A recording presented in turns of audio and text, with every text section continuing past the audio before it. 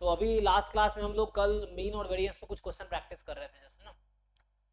तो अभी आगे कंटिन्यू करता हूँ।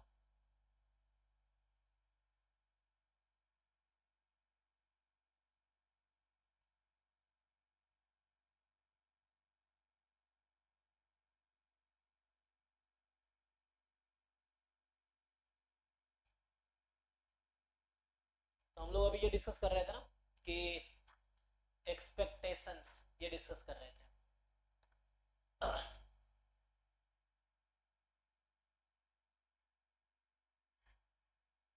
तो मीन वेरिएंस है ना, कल यही डिस्कस किया था, मीन और वेरिएंस। सो आगे अगर डिस्कस करें तो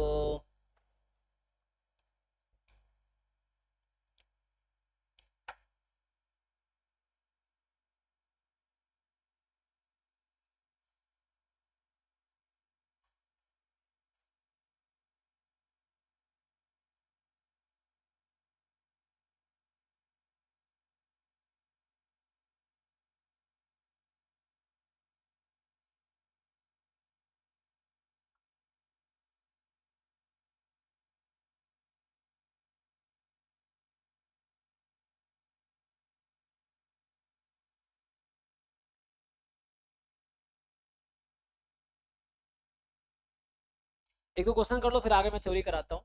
तो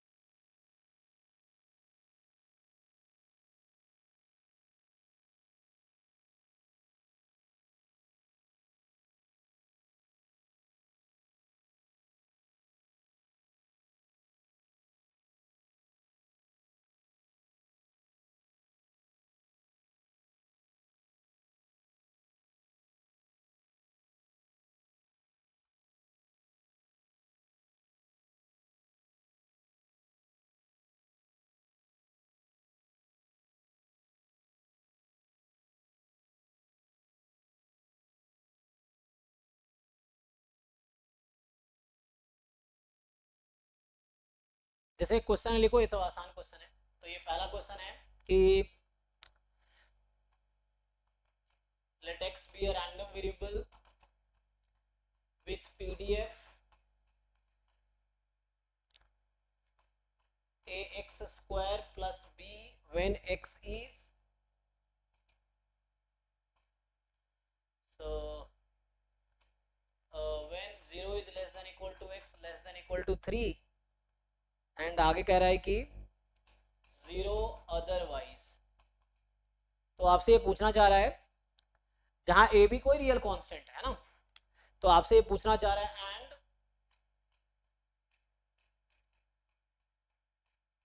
x more than equal to 2 है, इसकी प्रोबेबिलिटी 2/3 है। ठीक, तो बताओ,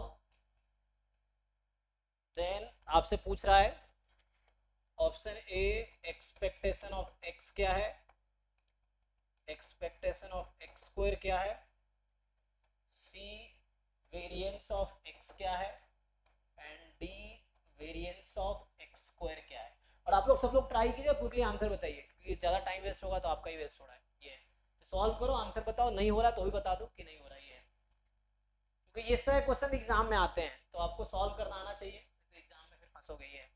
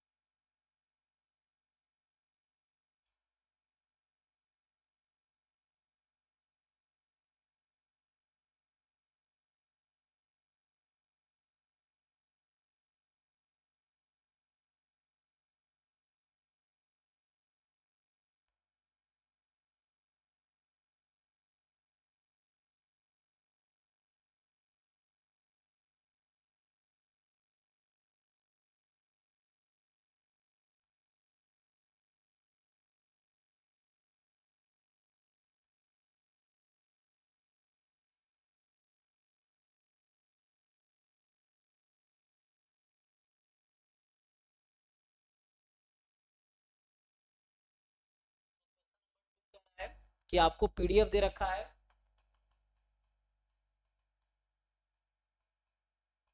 x/2 when x is between 0 and 2, 0 otherwise.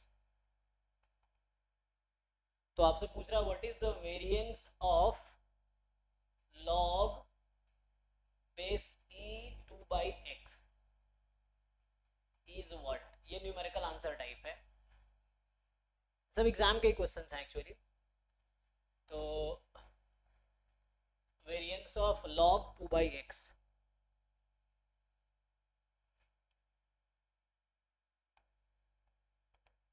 Question number 3।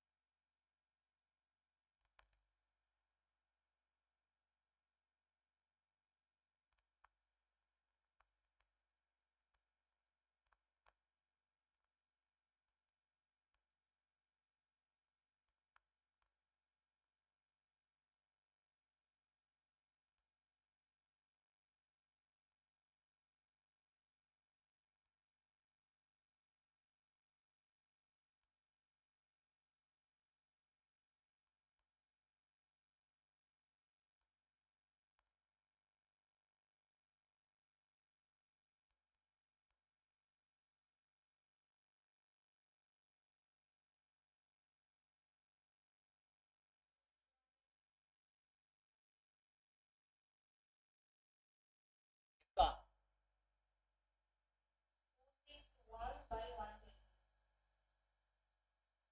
2 6 लंबा चौड़ा है, अच्छा ठीक है। बाकी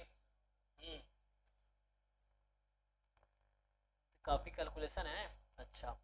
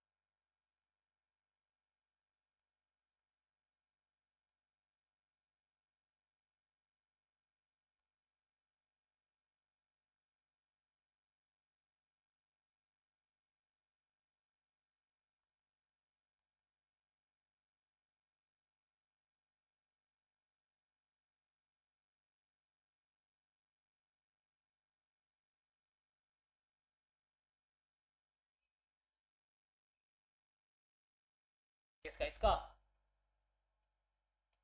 87/40। देखो भाई क्या क्या होगा। सो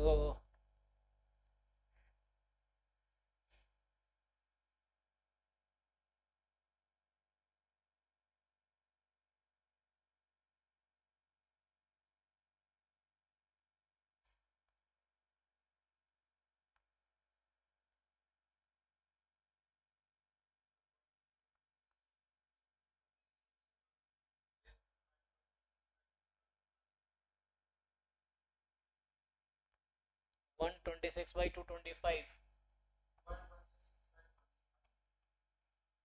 अच्छा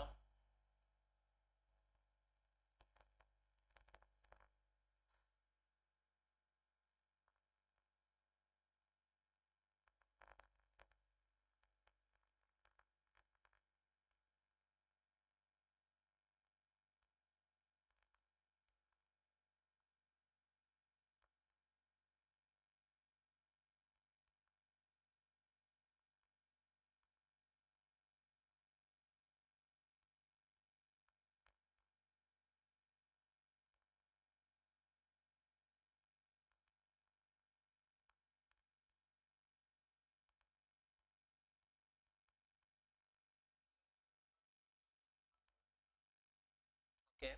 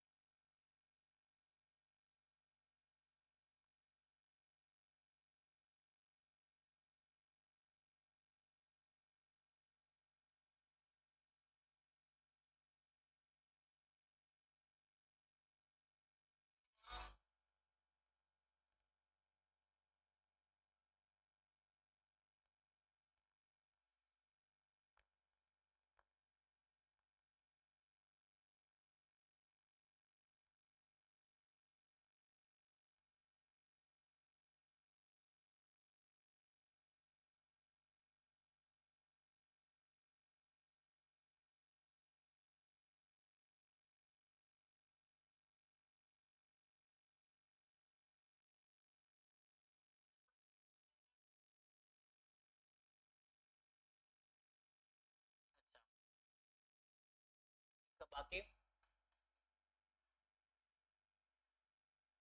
इसका बाकी पार्ट क्या होगा?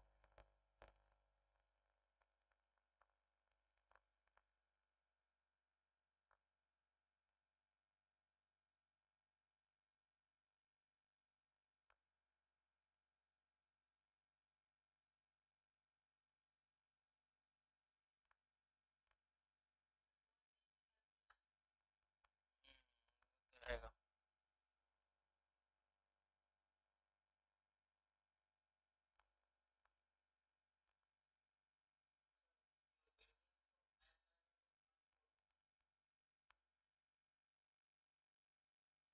ये गलत है, ये दूसरा है।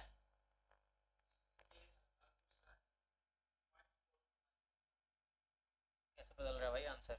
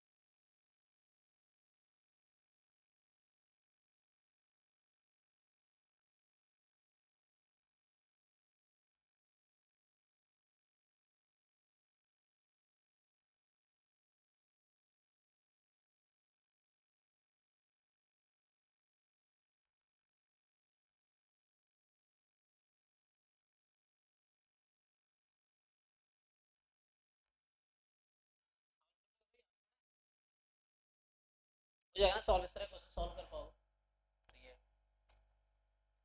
बट ये अगर नहीं सॉल्व कर पा रहे हो तो समथिंग इज रॉन्ग, क्योंकि मैं सिर्फ है ना, क्योंकि कई लोग बच्चों को कंफ्यूजन रहता है, मतलब एटलीस्ट गलतफहमी रहती है लोगों को कि मुझे आता है मैं कर दूंगा हो जाएगा एग्जाम, पर एग्जाम में नहीं लोगों का नहीं होता है, कि अगर ये सब नहीं सॉल्व कर पाओगे तो मुश्किल है, मतलब तो आपको सॉल्व करने पड़ेंगे। ठीक है, तो कोई मुश्किल तो है नहीं, सब पीडीएफ का डेफिनेशन लगाओ, यहाँ से एबी में की क्वेश्चन आ जाएगी, दूसरी क्वेश्चन यहाँ से आ जाएगी, एबी निकल आएगी, फिर वो उसके बाद सारी चीज़ें फॉर्मूला तो पता ही है, यहाँ पे डायरेक्टली है, क्या करना है बस मल्टीप्लाई करना है दिस इनटू पीडीएफ। ठीक है भाई, तो आगे बढ़ूँ या सॉल्व करूँ, कोई चाहता है बताओ क्या करें आगे, थ्योरी सेकंड का आंसर क्या 1/3। अच्छा, तो किसी का 1/4 आया, किसी का 1/3 आया, तो आंसर क्या है, तो एक 1/4 आया, एक 1/3 है। नाउ व्हाट अदर्स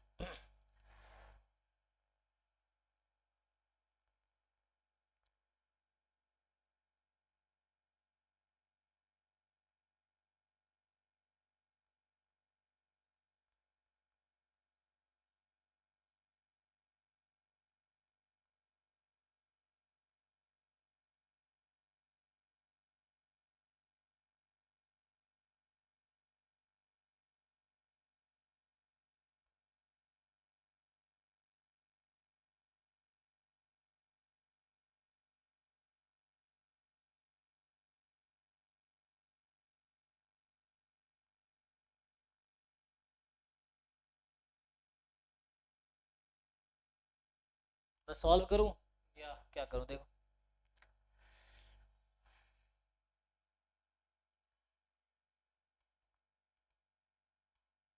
सो हम क्वेश्चन 2 का अगर सॉल्यूशन लिखे तो सिंपल इंटीग्रेशन ही तो है बेसिक,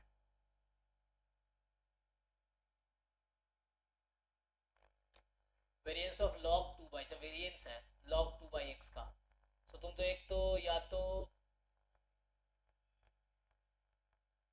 ट्रांसफॉर्मेशन यूज कर सकते हो या नहीं तो, है ना,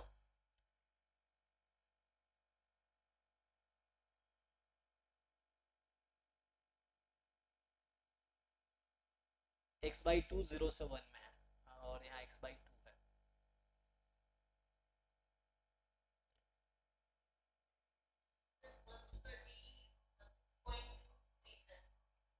6.237 ओके। कितना, इधर बाकी सेम है, इसका सेकेंड वाला ट्राई करो, है ना, एवरीवन ट्राई इट, मैं फिर बोल रहा हूँ, अगर भाई ट्राई नहीं करोगे तो एग्जाम में पता चलेगा कि नहीं हो रहा है, क्योंकि घर पे नहीं हुआ तो एग्जाम में भी नहीं होगा, तो अभी तुम्हें सीखना पड़ेगा how to solve and then आपको पता चलेगा, थ्योरीज ओके है but how to find the answers, how to apply, ये सीखना पड़ेगा।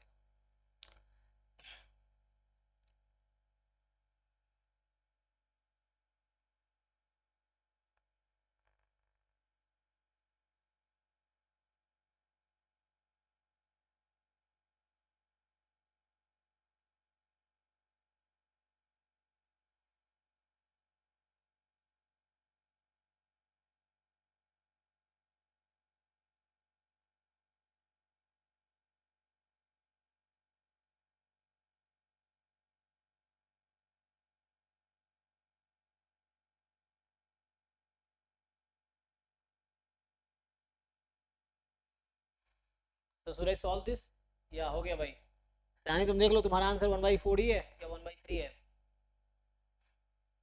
चेक करो, बाकी लोग चेक करो क्या आ रहा है क्विकली, नहीं तो फिर मैं करता हूँ।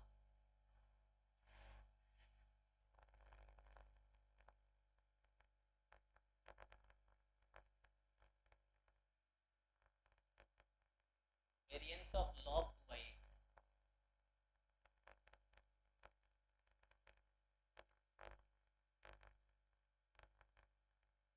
जस्ट कैलकुलेशन है, कुछ खास तो है नहीं ना, जस्ट कैलकुलेशन, अगर मैं इसको यहाँ सॉल्व करूँ तो पहले इसका एक्सपेक्टेशन निकाल लो,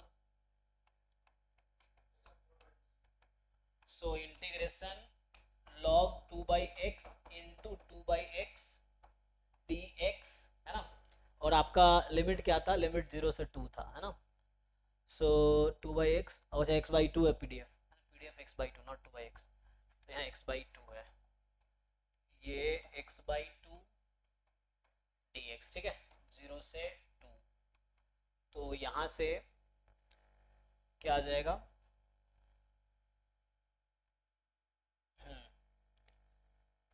सिंप्लीफाई कर लो just, what do you want, अब सिंपल इंटीग्रेशन है,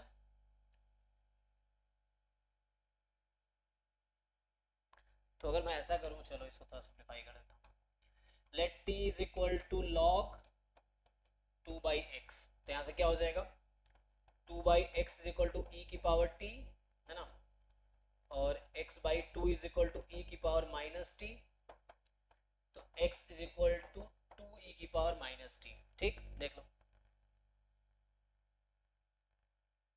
सो ये हमने वेरिएबल चेंज किया एक्चुअली, ये हो गया।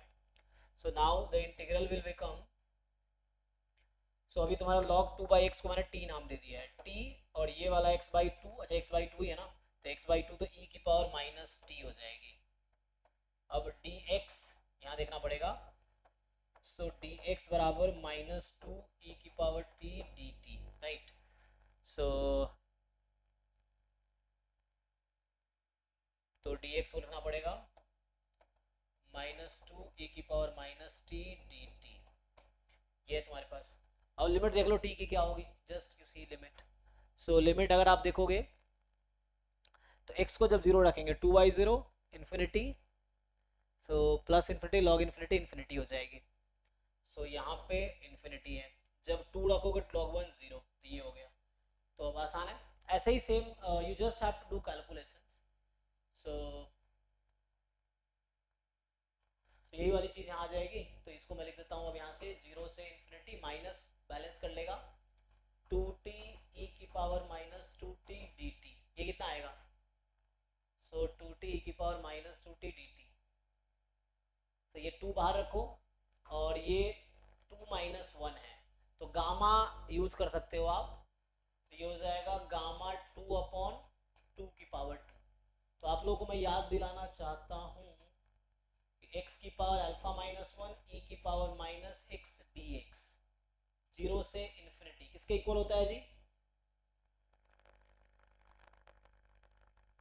व्हाट, एंड एक है 0 to infinity x is to alpha -1 e की power -beta x dx, this is equal to what, so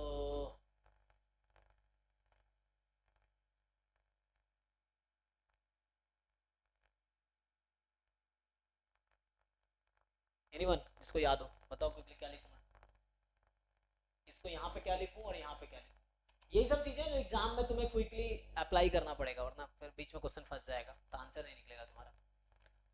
यहाँ बाई पार्ट लगा सकते हो, इट्स ओके, दिस भी बाई पार्ट लग जाएगा, बट बताओ इसका फॉर्मूला क्या है, दोज हु नो टेल, हाँ ये गामा अल्फा हो गया, और ये वाला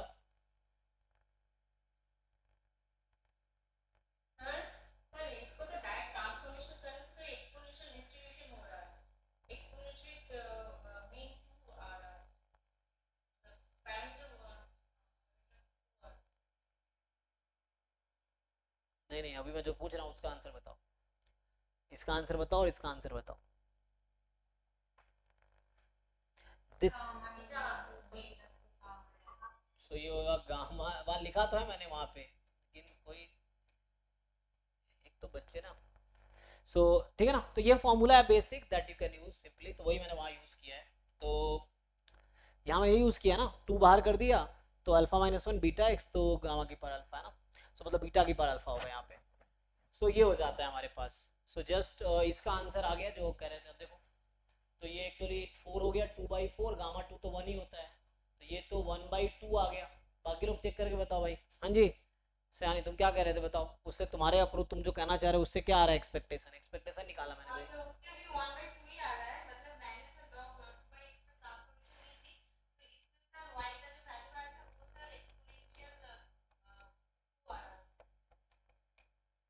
कोई दिक्कत नहीं है, क्योंकि मैंने ट्रांसफॉर्मेशन पढ़ाया ही नहीं तो मैं ट्रांसफॉर्मेशन यूज नहीं करूंगा, है ना, एक क्वेश्चन 1000 तरीके से हो सकता है, depends on how you think. और यही इंपॉर्टेंट है कि एग्जाम में किस बच्चे का एग्जाम निकलेगा नहीं निकलेगा, इसी पे डिपेंड करता है कि कौन कैसे अप्रोच कर रहा है ना। तो वो है, अब मतलब किसी भी तरीके से करोगे आंसर तो आएगा, बट सॉल्व करना आना चाहिए, तरीका कोई भी लगा लो। तो इसको सिमिलरली सॉल्व कर लो। Similarly you can solve this. So ये log 2/x, x इसका स्क्वायर है, dx अभी था 0 से 2। Now make the similar transformation. So जो हमने वेरिएबल चेंज किया था, यहाँ मैंने t लिया था, इसको log 2/x को, तो यहाँ से x/2 आ गया था e की पावर माइनस टी, ठीक है। एंड यहाँ से x आ गया 2e की पावर माइनस टी। ये मैंने वेरिएबल चेंज किया था सब्सटीट्यूशन मेथड, है ना।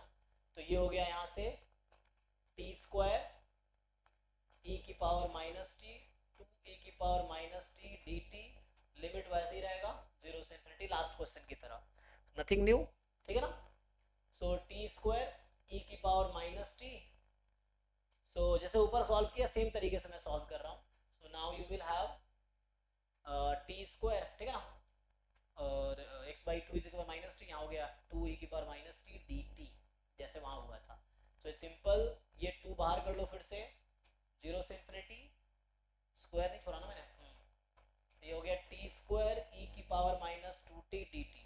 अब इसको कंपेयर कर लो इस फॉर्मूले से, तो यहाँ से आ जाएगा 2 बाहर है, गामा 3, क्योंकि ये 2 माइनस है ना, 3 माइनस 1 है 2, तो गामा 3 और 2 की पावर 3, तो ये आ जाएगा 2 इंटू गामा 3 2 फैक्टोरियल 2, और ये आ जाएगा 8। तो ये हो गया आपके पास 4/8, ये भी 1/2 आ गया। तो मतलब e, अगर मैं log 2/x का नाम अगर y रख देता for example, so if I name y बराबर log x/2, क्या था 2/x, log 2/x, so log 2/x, so we got ey is equal to 1/2 and ey square also 1/2। Check कर लो तुम लोग, तो ऐसा हो गया। सो नाउ यहाँ से वेरिएंस निकालना तो और आसान है।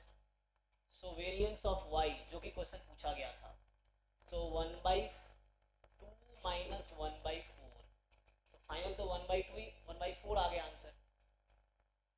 देख लीजिए,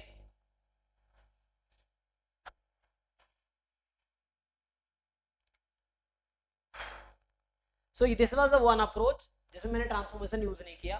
एक तरीका था कि मैं ट्रांसफॉर्मेशन मतलब लाइक पहले इस y का पीडीएफ निकालता, देन डायरेक्टली वेरिएंस आ जाता, तो वो भी एक तरीका था। अभी मैंने अलग से ey निकाला, ey स्क्वायर निकाला, देन वेरिएंस कैलकुलेट किया, this is one approach. Second approach है कि आप ट्रांसफॉर्मेशन कर लो। यस,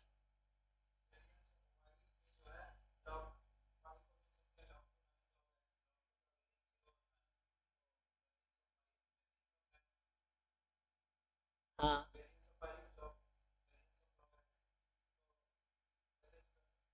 हाँ उसे भी कर सकते हैं,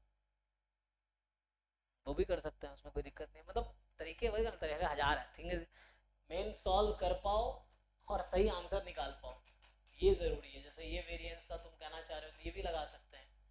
तो ये log 2 माइनस log x, अब इससे कॉम्प्लिकेट ना हो जाए, बस ये देखना है इसका वेरिएंस लगाना ना।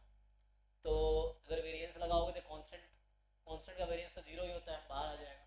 सो this is same as variance of log x, तो बात बराबर ही है। तुम log x का वेरिएंस निकालो, तो इसका वेरिएंस सेम होगा जो log x का वेरिएंस आया होगा, सेम ही आएगा। उसका जीरो एंड 1 का स्क्वायर log x, तो ये तुम ये निकाल लो तो भी इसका इक्वल आएगा, तो ये भी ठीक है। चलिए तो आगे बढ़ते हैं, बस एक प्रोक्शन प्रैक्टिस करा दिया, मैं थोड़ी थ्योरीज पे पढ़ता हूँ, तो थ्योरीज की तरफ।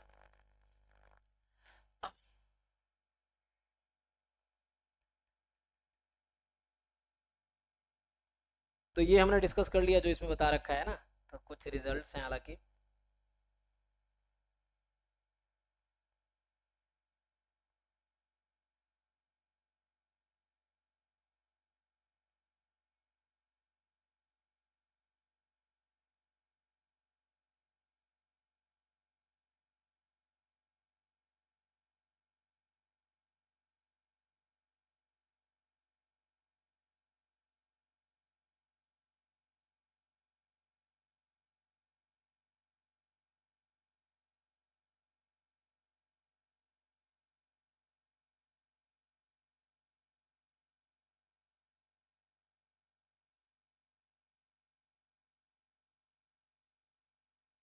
तुम लोगों को सीडीएफ निकालना आता है? हमने एक क्वेश्चन पढ़ा था, हाउ टू फाइंड सीडीएफ।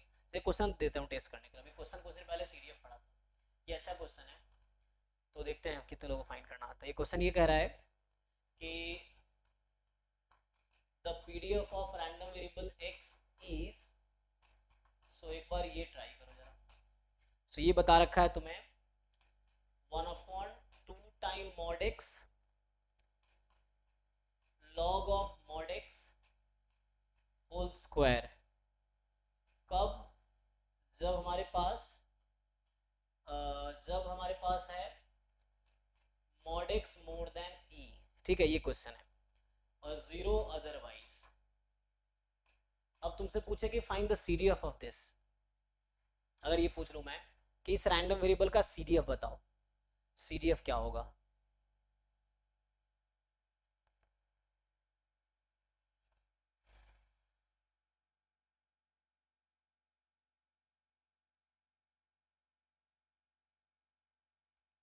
क्या निकाल पाओगे? तो तुमसे पूछता है कि the CDF of x is, इसका सीडीएफ क्या होगा?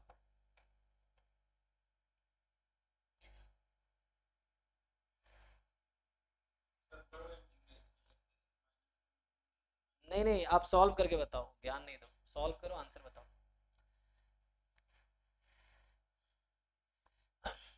सॉल्व करके आंसर बताओ, जो आप बता रहे हो वही करके आंसर बताओ मुझे कि what will be the CDF of x.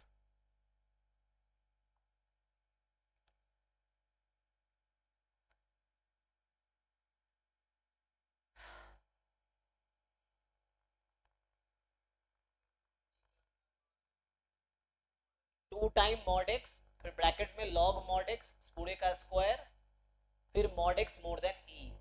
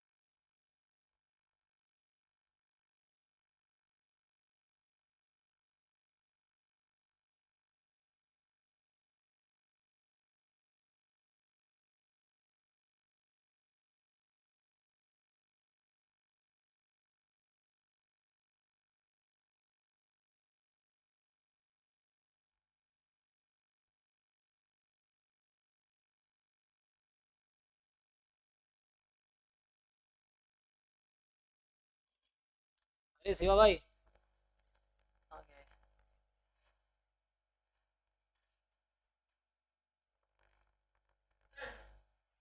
जी तो इसका आंसर है 0 not of x less then e और half minus half into 1 minus 1 by mod of log x into 1 minus 1 by mod of log x log of x तब if 0 greater नहीं mod of x less than e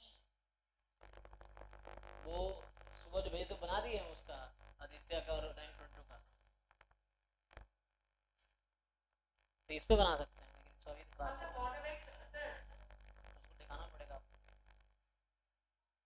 वो model कल x computer में ही less दिखा then लीजिए, 0 उससे जाके होगा बात कर ले। हाँ बोलो बोलो, हाँ।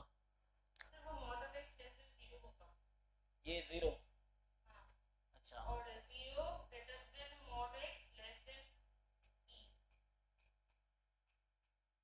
हाँ। फिर 1 और if mod X greater than equal to E बाकी लोग बताइए।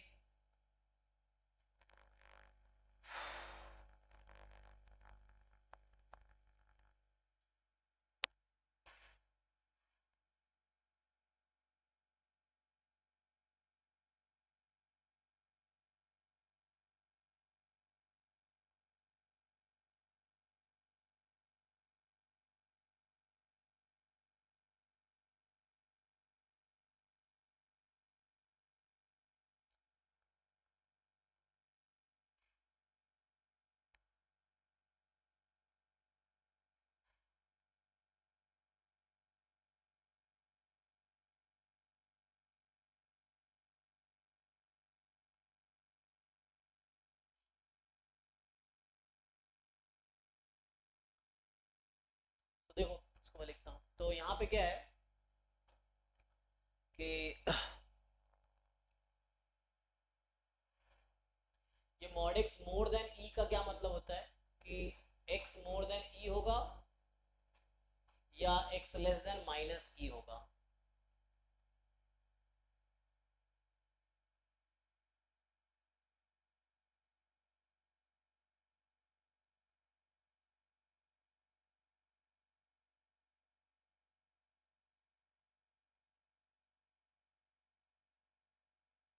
ठीक है, तो mod x मोर देन ई का मतलब है यहाँ है माइनस ई और यहाँ है ई, दिस इज द वैल्यू। और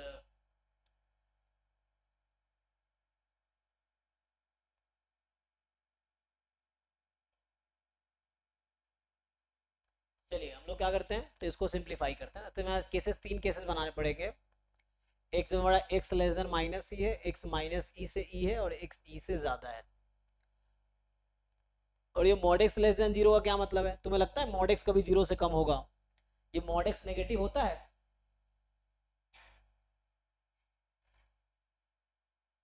ये लिखने का क्या मतलब है? mod x लेस देन 0 लिखने का क्या मतलब है?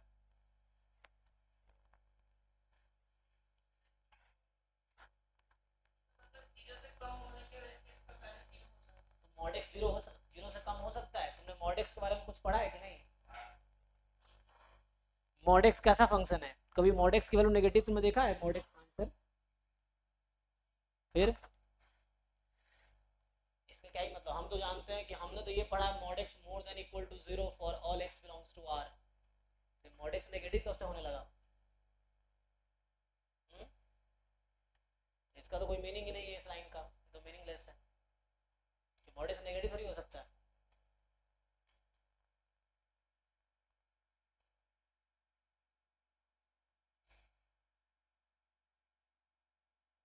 बाकी कुछ बता सकते? देखो हम लोग सॉल्व करते हैं, ठीक है ना? तो ये तो गलत ही है, ये तो ऐसे मीनिंगलेस चीजें हैं। और बाकी देखते हैं क्या है, तो इसको चेक करते हैं। देखिए ऐसे ये भी गलत ही है, तो हम लोग क्या करते हैं, मतलब देखो क्वेश्चन थोड़े से मुश्किल है, बट एक चीज आप लोगों को सोचना पड़ेगा कि आप लोग एमएससी कर रहे हो या कर चुके हो। If you are not able to find CDF, मतलब अभी बहुत दूर जाना है आपको, आप बहुत लोअर लेवल पे हो। मैं सबको बोल रहा हूँ, if you are not able to find CDF then your level is too low. ये चीज है। इवन जैम वाले किसी बच्चे को दे दो, फटाक से सॉल्व कर देगा, ठीक ठाक बच्चा है, इजीली कर देगा। तो मेरे को ये ठीक क्वेश्चन लगा, मैंने कहा चलो चेक कर लेते हैं तुम लोग। ये है, तो अब इस तरह के क्वेश्चन है ना, मान लो 4 ऑप्शन बना के दे देगा, तो तुम डिसाइड कर पाओगे कि कौन सा सही है? ये है। एनीवे सी, तो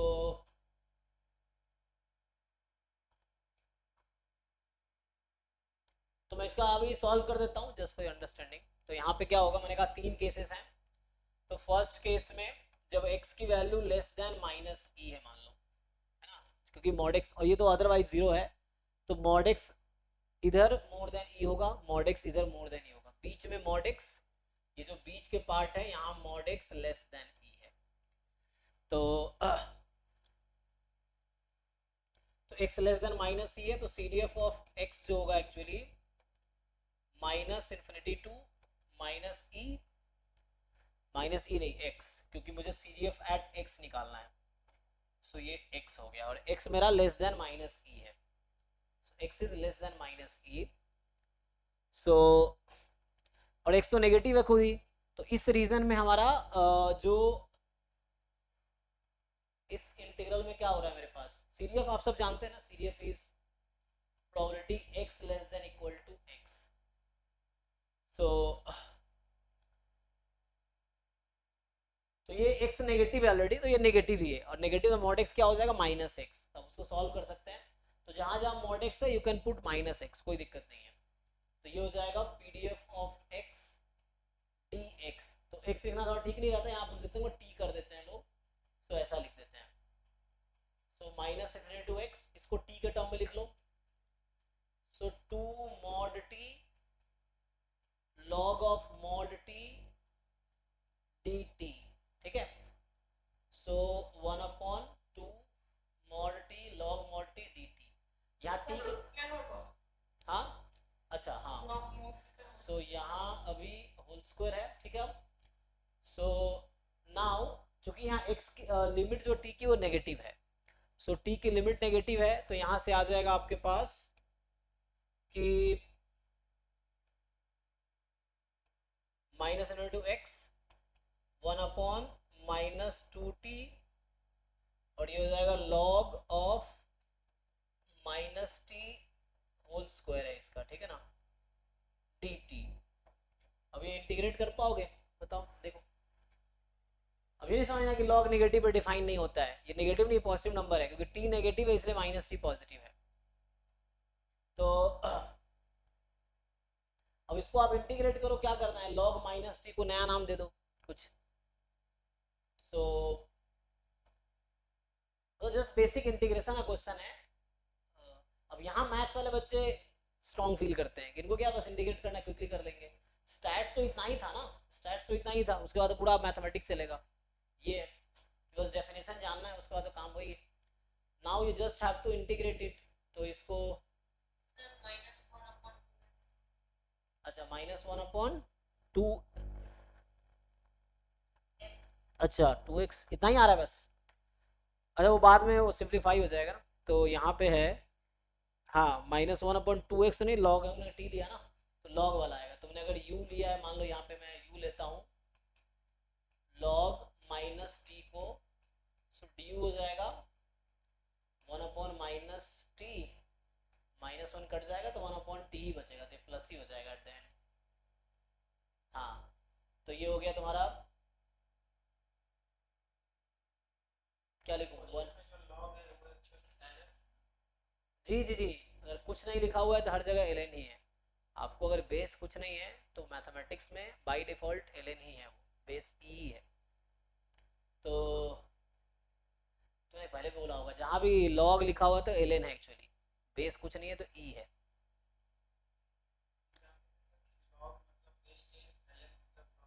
हाँ तो आप एक्चुअली कॉमर्स या आर्ट्स बैकग्राउंड से आए हो, इसलिए आपको ऐसा लगता है। हम साइंस वाले, हमें कैसा कभी डाउट हुआ नहीं आज तक, कि हमें ऐसा कभी डाउट हुआ ही नहीं कि बेस ई के अलावा कुछ हो सकता है। अगर ई के अलावा कुछ होगा तो वो दिया होगा, नहीं दिया है तो ई ही है। जो बच्चे दूसरे है ना, कहते हैं एलियन लोग को ऐसा लगता है कि बेस 2 है या ई है, क्योंकि आप थोड़े दूसरे दुनिया से आए हो, जो मैथमेटिक्स दुनिया। हाँ बेस 10 कहाँ पढ़ा आपने, किसी मैथ्स की बुक में ऐसा पढ़ा है कि बेस 10 होता है लॉग? हाँ वो तो पता ही है मुझे, लेकिन आपने ऐसा कहाँ पढ़ा है कि लॉग यहाँ लिखा है? तो आप एनसीईआरटी क्लास 12 का बुक पढ़े हो? आप क्लास 12 के एनसीईआरटी का कोई भी चैप्टर उठा लो, जहाँ भी लॉग है कहीं बेस नहीं दिया है।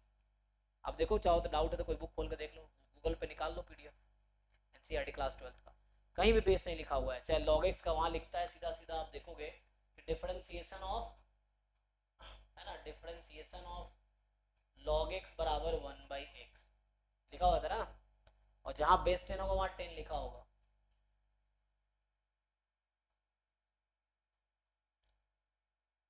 तो आप बेस 10 लेकर सॉल्व करो, उसमें क्या है कि आप फिर आपके मार्क्स 0 आएंगे, बाकी को मार्क्स मिलेंगे, वो चीज़ें हैं। तो आपको ये सीखना पड़ेगा कि जो सब्जेक्ट की रिक्वायरमेंट है वो क्या है। एनीवे तो ठीक है जी, इसको सिंप्लीफाई कर दो जस्ट, तो ये आ जाएगा 1 बाई, बता रहे थे ना, ये सिंपली आ जाएगा माइनस लॉग एक्स, ये आएगा। इंटीग्रेट करके देख लो, क्योंकि मैं इसको u ले लूंगा ना, और u जब रख देंगे तो ये du अपॉन यू स्क्वायर आ जाएगा। हाँ, फिर लिमिट चेंज करो, सो 1 अपॉन जो बता रहे थे ना 1/2u, तो 1/2u ही है एक्चुअली।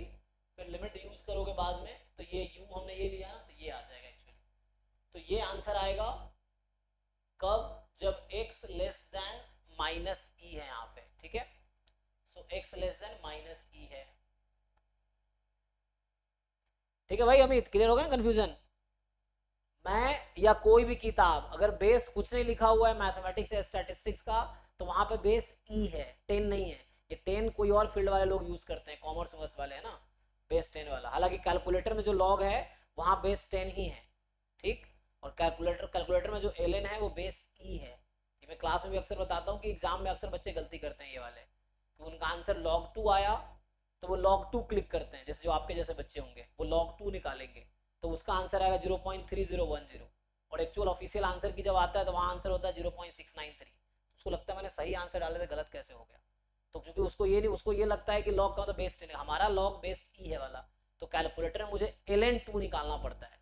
अगर आपका आंसर log 2 आया किसी क्वेश्चन का और आपने कहा नहीं log 2 तो निकालोगे, तो कैलकुलेटर बताएगा आपको 0.3010, और ln2 आता है 0.693। तो उस क्वेश्चन का एक्चुअल आंसर 0.693 है, लेकिन आप जैसा बच्चा क्या करेगा 0.3010 लिख के आएगा, वो चीज़ें हैं। तो आपको ये समझना यहाँ पर रिक्वायरमेंट कि हमारे पास जो लॉग है एक्चुअली बेस ई का है। जो भी लॉग यहाँ लिख रहे हैं हम लोग वो ln ही है, नेचुरल लॉग। अगर एग्जाम में ऐसा कन्फ्यूजन होता नहीं है, लेकिन कुछ बच्चों के साथ ऐसा होता है, ये है। तो ओके, दूसरा case, the second case is when x is between minus e and plus e, चूंकि राइट कॉन्टिन्यूअस बनाना है मैं ऐसा ले लेता हूँ। और आप देखोगे कि अदरवाइज में पीडीएफ 0 है। सो अदरवाइज में पीडीएफ 0 है, तो यहाँ पे जब हम सीडीएफ निकाल रहे होंगे, तो यहाँ पे जब हम सीडीएफ निकाल रहे होंगे, आई होप आप ये इंटीग्रेट कर पाओगे, ये हिंट है यहाँ पे, तो इससे आंसर ये आ जाए। ये निकालोगे तो आ जाएगा आपके पास माइनस इन्फिनिटी, है ना, सीडीएफ माइनस इन्फिनिटी एक्स, यहाँ भी होगा F T D T. But you know what, कि x माइनस ई से प्लस ई में जब होगा इस बीच में, तो पीडीएफ 0 है। तो एक्चुअली हाँ, ये काउंट यहीं तक होगा, माइनस इन्फिनिटी टू माइनस ई तक ही काउंट होगा, एंड पीडीएफ वही वाला आ जाएगा -1 अपॉन, तो क्या था 1/2 mod x log mod x का होल स्क्वायर dx, ठीक है। नाउ इसको सिंप्लीफाई कर लो, कितना आएगा देखो। देखो एक ध्यान रखो, यहाँ x हटा के मैंने e लिख दिया है। इसकी वजह क्या है कि अब इसको ब्रेक करेंगे, minus infinity to minus e and minus e to x. So when x is between minus e and plus e, when x is between minus e and plus e, the PDF here will be 0, and यहाँ PDF होगा जो ऊपर वाला part है। यहाँ minus से minus ई है, तो ऊपर वाला पीडीएफ यूज होगा, यहाँ 0 यूज होगा। दैट्स व्हाई ये वाला पार्ट 0 हो गया। तो अब इसको आप सिंप्लीफाई कर लो, तो यहाँ भी नेगेटिव है, तो इंटीग्रेशन आंसर तो यही आएगा इंटीग्रेट करके एक्चुअली देखोगे तो। लेकिन यहाँ पे क्या है, x की जगह माइनस ई रखना होगा, तो minus E, so log minus ई, सॉरी x को माइनस ई रखना होगा ना, क्योंकि यहाँ आपने माइनस से x में इंटीग्रेट किया था x तक, तो ये आया था। अब उसी x के प्लेस पे यहाँ माइनस ई है, तो माइनस माइनस से प्लस ई, लॉग ई 1, क्योंकि बेस ई है यहाँ पे, तो 1/2, तो ये आ गया 1/2। तीसरा केस होगा, द थर्ड केस इज, सो इसमें तीसरा केस हम यूज करेंगे।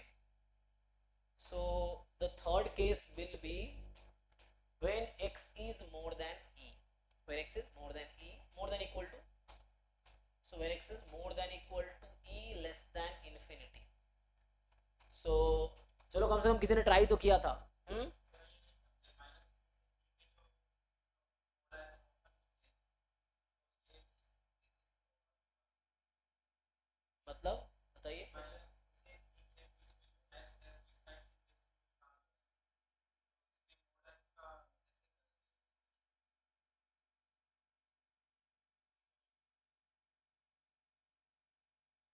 कंफ्यूजन कहाँ है, इंटीग्रेशन में या लिखने में, ये ठीक है। ये इंटीग्रेशन आपको करना आया है, ये आपने कैसे किया है इस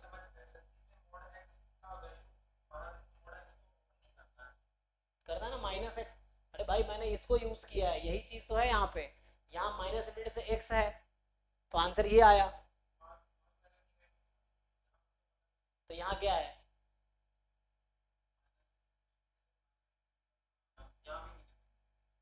फिर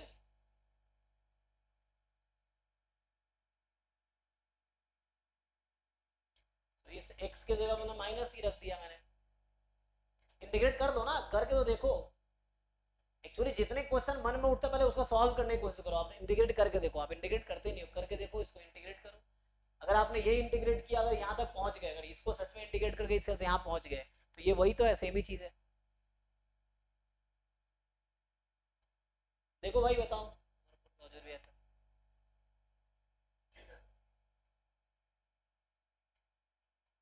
CDF ऑफ x, तो यहाँ जो आएगा minus infinity to x fx dx। Again you see x मेरा क्या है, अब now our x is more than e। अभी इस केस में जो x is a fix number या x is a number from e to infinity, उसके बीच का कोई एक नंबर है अभी। तो आपको क्या करना है, अब now you have to break this integral. आपको ब्रेक करना होगा माइनस इंफिनिटी से माइनस ई में, फिर माइनस ई से प्लस ई में, and then so you have to break this. मैं यहाँ लिखता हूँ ना ऐसे करके। तो मैं एक क्वेश्चन सीडीएफ का और देखूंगा, ये चेक करने के लिए कितने को समझ आया। और देखो मैं फिर से कह रहा हूँ, भले आपने एमएससी कर दिया होगा, the most of the jam question अगर आप लोगों को दे दिया जाए, जो बच्चा जैम का ढंग से तैयारी नहीं किया है, तो आप जैम, मैं अभी कई बार बोलता हूँ, गेट वाले बच्चे एमएससी लेवल के जरूर हैं, अगर आप जैम का पेपर उठाओ, आप 50% ज्यादा क्वेश्चन नहीं कर पाओगे। कोई भी जैम का बहुत अच्छा बच्चा एमएससी किया होगा वो भी नहीं कर पाओगे। मतलब किसी जैम के पेपर में आप ऑनेस्टली सॉल्व करो, 50 ज्यादा क्वेश्चन, आप 50% ज्यादा क्वेश्चन आप सॉल्व नहीं होगा। तो आपको अपना लेवल इंक्रीज करने की जरूरत है, ठीक है ना। सो ये है, क्योंकि वो अलग बात एमएससी कर दिया तो इसका मतलब नहीं जैम आपके लिए आसान हो गया। अभी भी जैम के जो क्वेश्चंस हैं उसका लेवल वो है कि एमएससी करने के बाद भी बच्चा 50% नहीं कर पाएगा। मतलब एक जो एवरेज स्टूडेंट है उसकी बात कर रहा हूँ, जो ऑलरेडी जैम में बहुत अच्छे रैंक कर रहा है तो वो तो कर ही देगा। ये है। सो आपको मतलब जब आप प्रैक्टिस कर रहे हो तो जैम गेट नेट प्रॉपर जो गेट का बच्चा है, तो you can solve JAM PYQ, GATE PYQ, NET PYQ, तीनों का पीवाईक्यू आप कर सकते हो जो आपके सिलेबस से रिलेटेड है।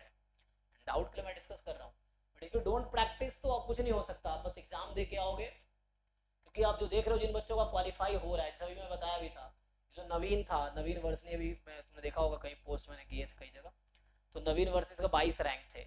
इसका भी एमएससी आई थिंक ड्रॉप है 2-3 साल का, 2-3 पता नहीं मुझे, बट अलीगढ़ मुस्लिम यूनिवर्सिटी से इसने एमएससी किया हुआ है, 1-2 साल का ड्रॉप तो है ही। तो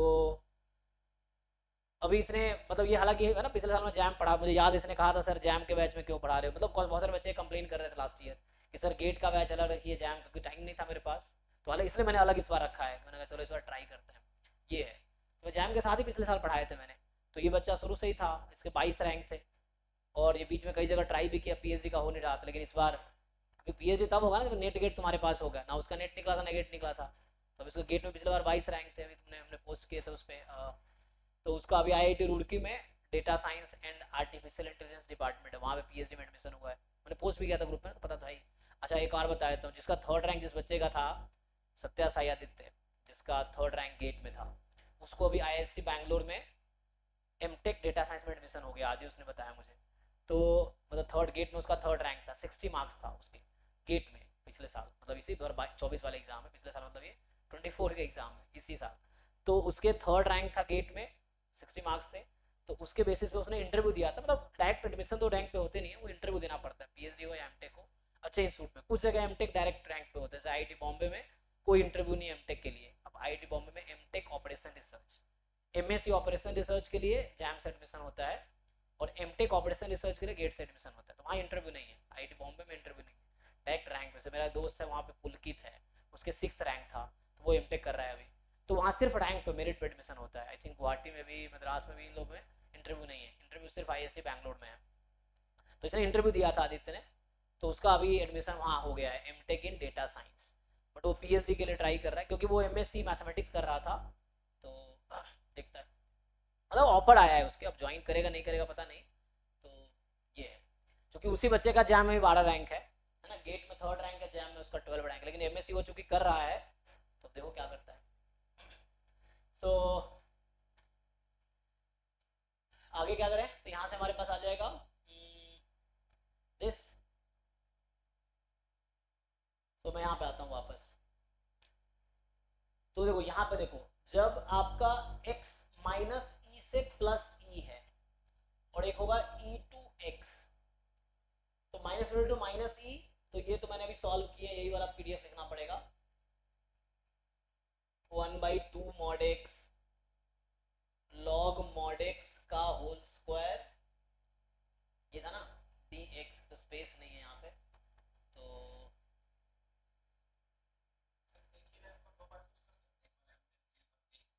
जी जी बिल्कुल यूज कर सकते हैं, मतलब 2 बार यूज करते हैं, मतलब जैसे अभी, जैसे मान लो आदित्य का एग्जांपल लेता हूँ, तो उसी गेट पे इसने जितने आईआईटीज हैं, टॉप आईआईटीज में पीएचडी के लिए भी इंटरव्यू दिया है, क्योंकि वो एमएससी सेकंड ईयर का स्टूडेंट है, तो वो सोच रहा है कंटिन्यू कर ले। तो उसने पीएचडी के हर जगह इंटरव्यू दिए हैं, एमटेक का भी हर जगह इंटरव्यू दिया है, जैम भी दिया था कि अगर बहुत बुरा सिचुएशन आया तो एमएससी कर लेगा स्टैट्स में, तो इसीलिए उसने अपना जैम भी दिया था। तो ये है, और तो एक ही गेट पे पीएचडी में अप्लाई कर, लेकिन ऐसा थोड़ी कि इस बार तुम एमटेक एडमिशन लोगे अगले बार उससे, तो कर सकते हैं, ऐसा कोई प्रॉब्लम नहीं है। लेकिन हाँ 3 साल की वैलिडिटी है, तो आगे भी यूज कर सकता है वो, कोई दिक्कत नहीं है। तो यूज तो कर ही सकता है, कोई प्रॉब्लम नहीं, आप 3 साल वैलिडिटी है उसकी। हाँ तो इसका देख लो, मैं बोल रहा हूँ यहाँ पे माइनस ई टू प्लस ई, सी मैं इस इंटीग्रल को ब्रेक कर रहा हूँ क्योंकि मेरा एक्स ई से ज्यादा है, एक्स ई से कुछ ज्यादा होगा, एग्जाम्पल के लिए ई प्लस 1 मान लो, तो यहाँ पे क्या होगा, माइनस से माइनस ई से ई और ई से एक्स। अब आप ये भी सोच रहे होंगे जो ब्रेक करने की जरूरत क्यों पड़ रही है, बिकॉज ऑफ द पीडीएफ जिस तरीके से डिफाइंड है, ये पीडीएफ की वजह से ऐसा हो रहा है। ये पीडीएफ डिफाइंड अलग अलग वे में, जब x मोर देन ई है तो ये पीडीएफ है, x लेस देन ई है और मोर देन माइनस ई तो जीरो है, x मोर देन फिर ई है तो वापस है, पीडीएफ उस तरीके से डिफाइंड है। ये आपको इंटरवल समझ आया होगा, इसलिए ब्रेक करना पड़ रहा है। सो माइनस इन्फिनिटी से माइनस ई के लिए पीडीएफ अलग है, ई माइनस ई से प्लस ई के लिए पीडीएफ जीरो है, फिर ई से इन्फिनिटी के लिए वापस पीडीएफ है, इसलिए इसको ब्रेक करना पड़ रहा है। तो यहाँ तो ये जीरो ही हो गया, पीडीएफ जीरो था, और यहाँ पर जब आप ब्रेक करेंगे ई टू एक्स, तो ये रहेगा 2 mod x log mod x whole square dx, ठीक है, ये हो गया आपके पास। सो माइनस टू माइनस ई है ना, minus e to x dx। अब क्या हो जाएगा हमारे पास, तो यहां से आ जाएगा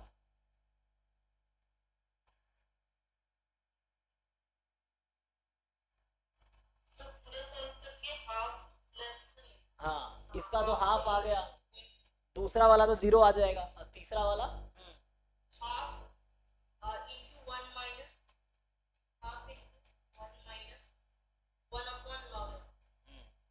क्योंकि पॉजिटिव है तो log x, क्योंकि यहाँ x e से ज्यादा है, पॉजिटिव है तो mod x को मैं x लिख सकता हूँ, तो ये आ गया। mod x लिखेंगे तो भी कोई गलती नहीं, कोई नुकसान नहीं है, x ठीक है, क्योंकि x पॉजिटिव है ना, तो ये हो गया। तो फाइनली अब मैं कंक्लूड करता हूँ, तो इसको हम लोग सिंप्लीफाई भी कर सकते हैं, आंसर हालांकि इसमें दे रखा है तो मैं देख लेता हूँ, चलो लिख देते हैं फिर चेक करेंगे। तो यहाँ तक आ गया, तो अभी जो हमने कैलकुलेट किया उसके हिसाब से हमारा जो CDF आया है वो ये आया है। तो हमने 3 पार्ट में लिखे हैं, जब x लेस देन माइनस ई है, जब x more than equal to minus E less than E है, और जब x more than equal to E है, ये 3 पार्ट है इसके। तो जब x less than minus E था तो इसका आंसर आया था 1/2, कहाँ गया, ये था ना, हाँ इसी में होगा। तो यहाँ आया था, देखो पहला केस में क्या आया था आंसर, ये आया था। तो इसको मैं mod x भी लगा सकता हूँ, x लेस देन माइनस ई है तो x नेगेटिव है, तो mod x माइनस x हो जाएगा, तो इस माइनस x को मैं mod x भी लिख सकता हूँ, तो 1/2 log mod x, तो 1/2 log माइनस x लिख दो या mod x, तो ऑब्वियसली x नेगेटिव है तो mod x माइनस x होगा। यहाँ पे आंसर एग्जैक्टली हाफ आ गया था। इस वाले में जो आंसर आया था कि हाफ प्लस रही है क्या 1 माइनस 1/2 log x, क्योंकि x यहाँ पॉजिटिव है तो mod x हो जाएगा। भाई आंसर देखता हूँ इन्होंने क्या दिया है। सो अच्छा अच्छा 2 जो है ये वाला 2 अच्छा यहाँ पे है, ठीक है। तो यहाँ इन्होंने आंसर क्या दे रखा है, ओके इसको ब्रेक करेंगे तो वापस तो ये 1 ही हो जाएगा ना, ठीक है ठीक है। तो उसको मैं समझ गया, तो सिंप्लीफाई करेंगे 1 प्लस log x नहीं होगा 1 माइनस 1/2 log x है ना, अच्छा ठीक है। सो ये आएगा सिंप्लीफाई होके 1 माइनस 1/2 log mod x, ये आएगा ना। चलो इसको देखता हूँ मैं, तो यहाँ जो लिखा है हमने तो इसको मॉडिफाई कर देता हूँ। सो ये एक्चुअली ऐसा था, ओ अच्छा यहाँ पे आपने सही बताया, वहाँ गलत लिखे थे मैंने। इसको खोलेंगे सो 1 माइनस 1/2 log mod x लिख दो, कोई दिक्कत नहीं है, ठीक है ना। सो ओके ये CDF है एक्चुअली, है ना। तो ये सब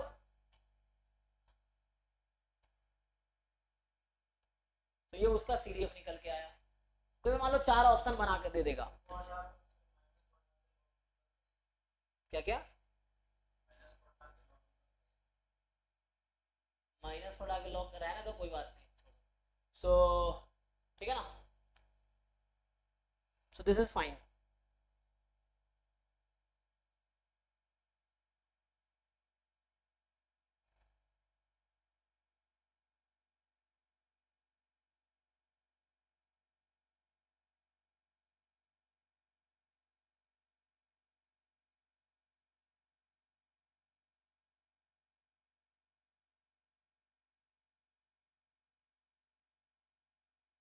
ठीक है, बाकी कुछ अगर एक्सपेक्टेशन और प्रॉपर्टी देखना हो, जैसे हमने लिखा था मान लो ऐसा होगा कि expectation of g1x plus g2x and up to gnx, मतलब बहुत सारे रैंडम वेरिएबल n है मान लो, है ना।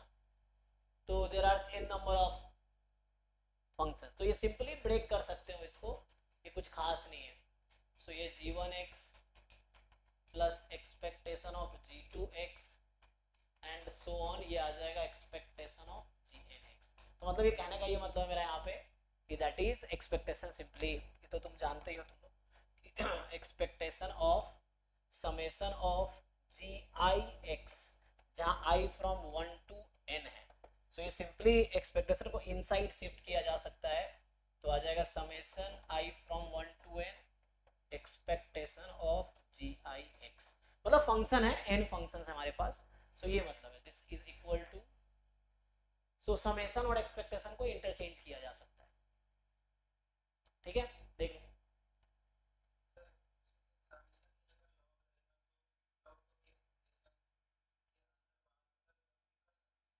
किसके जगह लॉग रहेगा,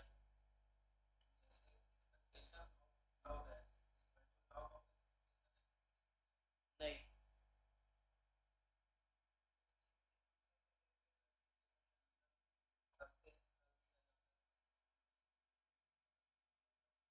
हाँ, तो वो आपको भी ज्ञान, आपके थोड़ा बच्चों वाला ज्ञान है, ज्ञान उस लेवल का होगा तो आप समझ पाओगे कहाँ ऐसा होगा कहाँ नहीं होगा, है ना।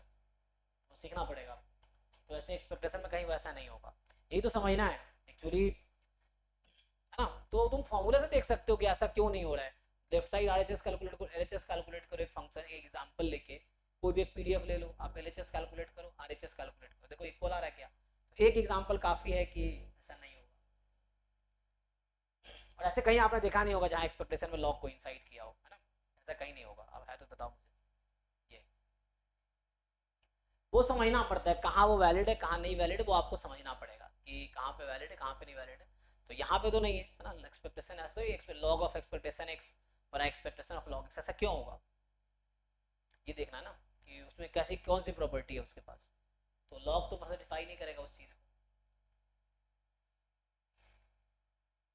ठीक है। तो आपको समझना पड़ेगा, अभी आप ना थोड़े से पढ़ो ठीक से, और जैसे आपको ये ऐसे उसके पीछे लॉजिक है ना, क्यों कर पाएंगे, क्वेश्चन ये है कैसा क्यों कर सकते, नहीं कर सकते एक्चुअली, अपनी मर्जी से थोड़ी कुछ कर सकते। जैसे हर किसी जो भी फंक्शंस हैं या एक्सपेक्टेशन एक फंक्शन है तो उसकी अपनी प्रॉपर्टीज हैं, तो लॉग के साथ क्यों आप इंटरचेंज कर पाएंगे उसको, तो ऐसा क्या है लॉग के पास, ऐसी क्या प्रॉपर्टीज है, तो सेटिस्फाई नहीं करेगा। इसको प्रूव करना ऐसा नहीं, जैसे आप मुझसे पूछ रहे वेरीफाई करके देखो, जो गलत है उसके लिए एग्जांपल इजीली आपको मिल जाएगा, नहीं है तो वो है, तो वैसा नहीं कर सकते ये, क्योंकि दोनों डिफरेंट आएगा। आप एग्जांपल और लेफ्ट साइड कैलकुलेट करो।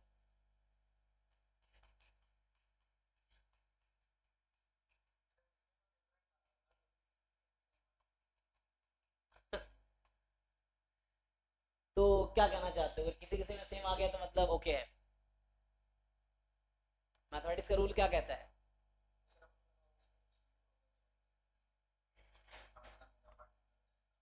नहीं नहीं, वो आगे है एक्चुअली, जेंसेंस इनइक्वालिटी है, वो लगा के देखो, वो है उसका। हाँ, लेकिन इक्वालिटी नहीं आएगा, वहाँ इनइक्वालिटी है, इक्वालिटी नहीं है वहाँ पे। जेंस इक्वालिटी कहीं भी नहीं होगा, मतलब ऐसे एक दो एग्जाम्पल तुक्के से मिल गया वो कोइंसिडेंट है, अदरवाइज ऐसा थोड़ी है कि तू उसमें अगर, और एग्जाम्पल कभी किसी थ्योरम को जस्टिफाई थोड़ी कर सकता, मतलब प्रूफ थोड़ी कर सकता है कि हाँ ये ट्रू हो गया। इसको ट्रू होने के लिए हर एग्जाम्पल के लिए ट्रू होना था, एक के लिए गलत हो गया तो गलत हो गया। कोई स्टेटमेंट ट्रू कब है, जब वो ऑलवेज ट्रू है। अगर एक भी काउंटर एग्जाम्पल मिल गया, अगर आपको पता है कि कुछ एग्जाम्पल के लिए दोनों इक्वल नहीं है, तो क्या ही पूछने का मतलब है फिर।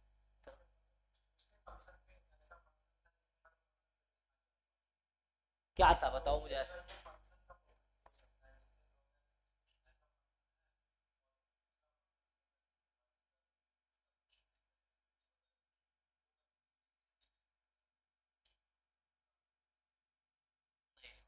ठीक है, सो वो आगे आएगा उसका प्रॉपर्टीज, वो एक्चुअली है एमजीएफ में आएगा कुछ ऐसा, लेकिन वो भी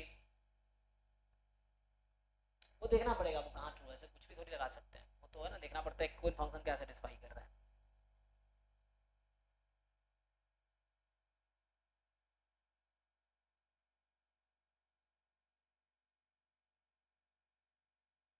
ओके, तो आइए मोमेंट डिफाइन करते हैं, टाइम है ना हमारे पास अभी। मोमेंट का क्या डेफिनेशन है?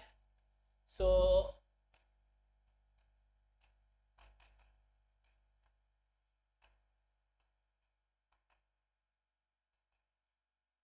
Moment of random variable. तो मोमेंट से यहाँ क्या मतलब होता है हमारा, जब हम मोमेंट सिर्फ लिखते हैं इसका क्या मतलब, रॉन्ग मोमेंट होता है ना, क्योंकि सेंट्रल मोमेंट लिखेंगे तो अलग मीनिंग है उसका, है ना।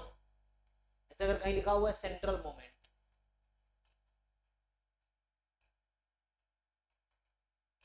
ऑफ एक्स, या लिखा होगा मोमेंट अबाउट सम नंबर, है ना, एक तो सेंट्रल मोमेंट हो गया। जैसे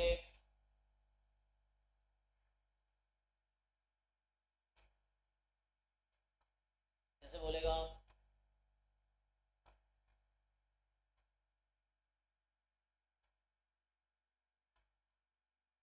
यहाँ का लिखा हुआ मान लो आरएथ मोमेंट, एक तो ये हो गया, एक लिखा होता है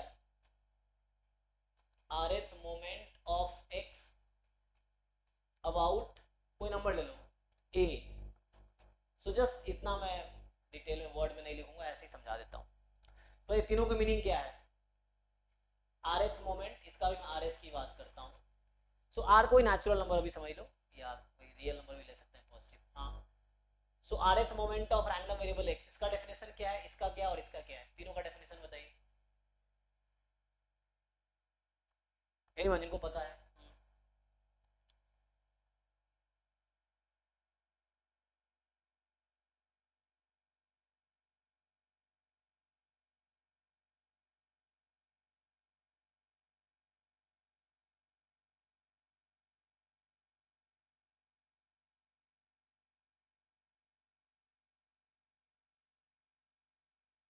बोलो भाई, किसी को याद नहीं है definition? What is definition of rth moment of X, ये क्या, ये तीनों का डिफरेंस पता है ना सबको? मतलब पूछ रहा हूँ, अगर नहीं पता मैं बताऊंगा, most of you must be knowing, ज्यादा लोगों को पता ही होगा। लेकिन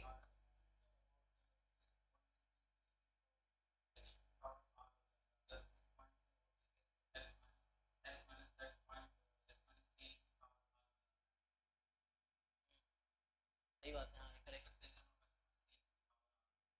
तो जो अगर आयत मोमेंट सिर्फ लिख रहा हूँ, इसका मतलब यही है कि वो अबाउट जीरो ही बात कर रहा है एक्चुअली, ये है। तो यहाँ ये अगर लिखेंगे तो हम यही लिखेंगे, और यहाँ अगर लिख रहा हूँ तो क्या होगा,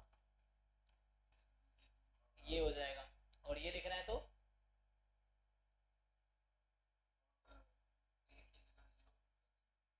फिर इसमें डिफरेंस क्या रहेगा?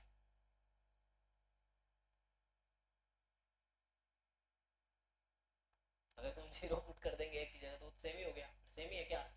रॉ मोमेंट, उसको रॉ मोमेंट भी बोलते हैं ना, रॉ मोमेंट सेंट्रल मोमेंट दोनों सेम है, क्या डिफरेंस है दोनों में?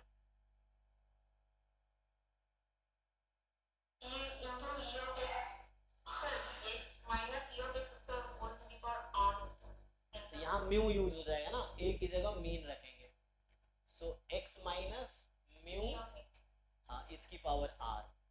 तो ये मतलब म्यू का मतलब यहाँ पे है here mu is, so where जो मैं म्यू बोल रहा हूँ म्यू ई एक्स है। तो ये सिंपल डेफिनेशन है, कुछ बड़ी बात नहीं है, बस आपको पता होना चाहिए क्या पूछना चाह रहा है ना।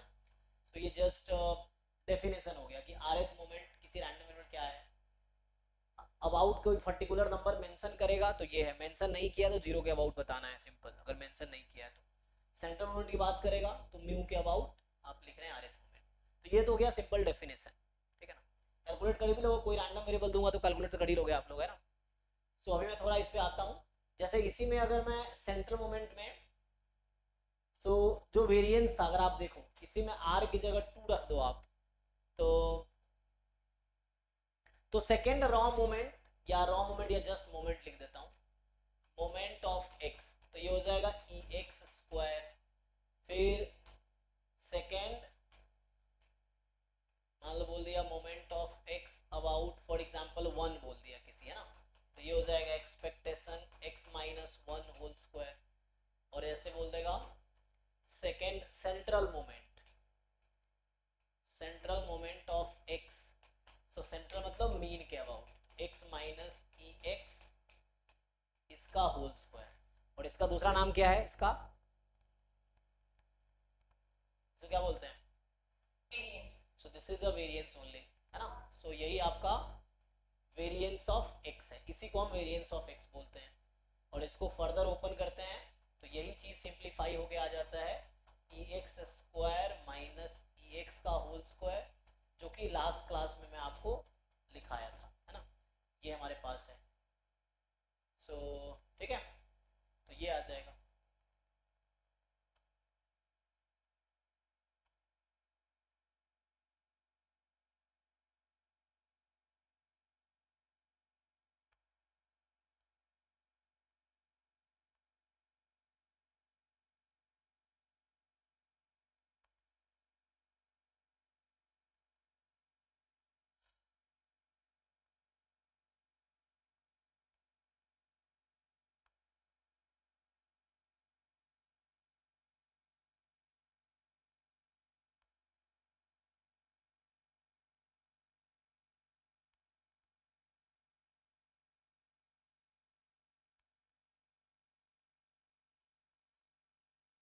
एक क्वेश्चन करके देख लो तो,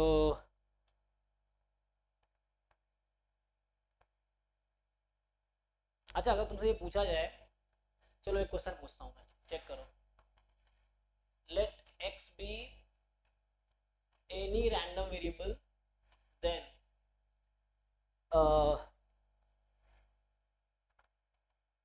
with mean mu and variance जो है वो सिग्मा स्क्वायर है।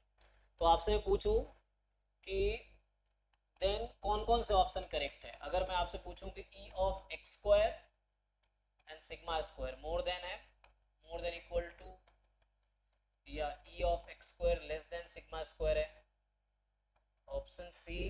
अगर यहाँ से पूछूं मान लो E of X minus 1 whole square more than equal to sigma square, या ई ऑफ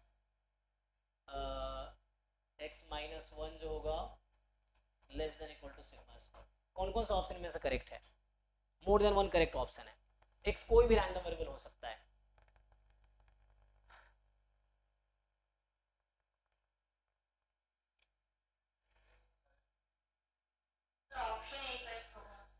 इसमें more than one option correct है। और एक और क्वेश्चन लिखता हूं मैं कि the function g of a, मान लो ऐसा लिख दिया, जो कि है expectation x minus a whole square is minimum when a is equal to, क्या होता है यहाँ पे? Option a e x, option b e x square, option C sigma square, option D sigma.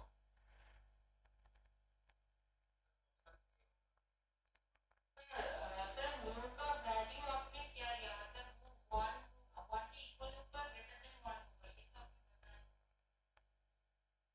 कुछ भी हो सकता है, हमने नहीं बताया इसका मतलब कुछ भी हो सकता है, मोर भी हो सकता है, लेस भी हो सकता है, दोनों केस पॉसिबल है। अगर कोई स्टेटमेंट ट्रू होता है तो वो ऑलवेज ट्रू होता है ना? ओके, सो एमएसक्यू है, फर्स्ट एमएसक्यू है, सेकंड भी एमएसक्यू है, हालांकि देखिए मतलब एमएसक्यू में सिंगल करेक्ट भी हो सकता है, कोई दिक्कत नहीं है। सोच के बताओ क्विकली। सिर्फ ए पहला ही करेक्ट है उसका? सर क्वेश्चन 2 का ऑप्शन ए।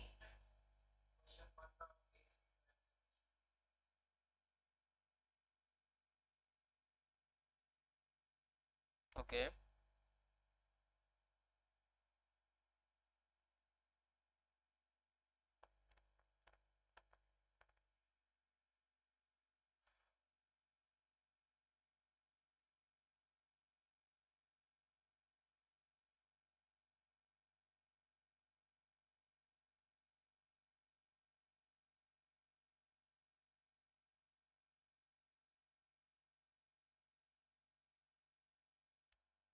तो इसका तो थ्योरम डायरेक्टली है ना, ये तो आपका थ्योरम है।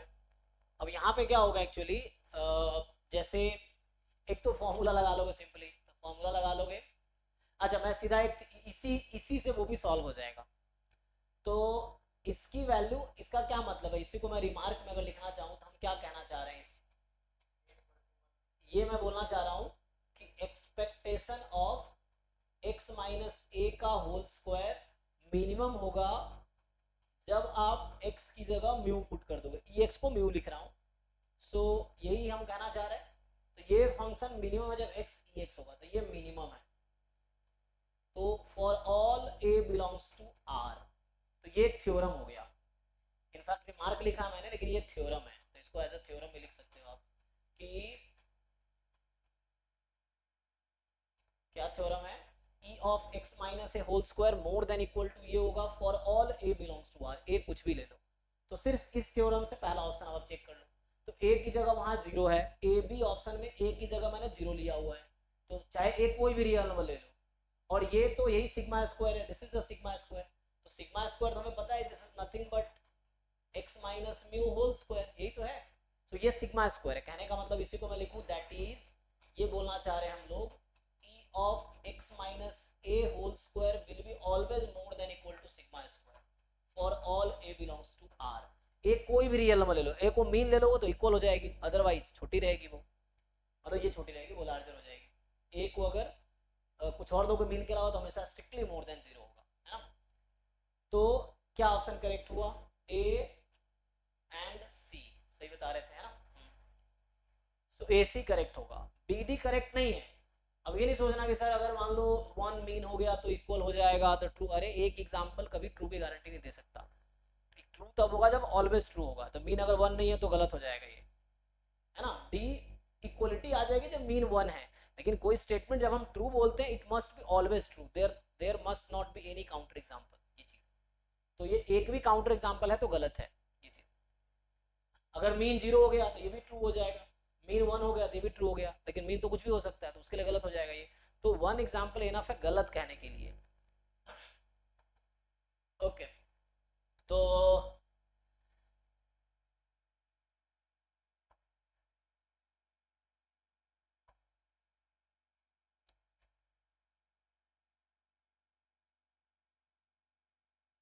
ठीक है ना, समझ आ गई ये? तो ये हालांकि ये भी थ्योरम है, तो इसको दूसरा तरीके से लिखूंगा। सो मैं यहाँ पर थ्योरम लिख के एंड करता हूँ आज की क्लास। सो ये थ्योरम ये है कि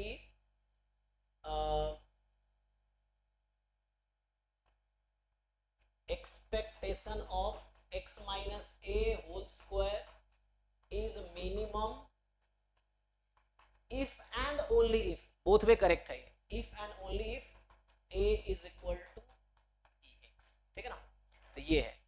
ये फंक्शन मिनिमम होगी।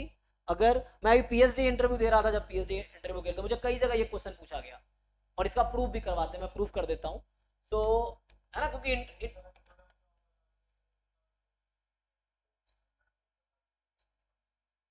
ऐसा कोई बुक नहीं होगा इसमें सब होगा ना, क्योंकि ऐसा नहीं कि बुक्स जैसे मैं क्लास में पढ़ा रहा हूँ तो मैं चीज़ें अपने मन से पढ़ा रहा हूँ, तो मैंने बहुत सारी जगह पढ़ी होंगी तो वो है, तो उसके और मैं अपने तरीके से लिख रहा हूँ, बुक अपने तरीके से लिखता है, तो ऐसा कोई बुक होगा नहीं जहाँ सब कुछ लिखा होगा।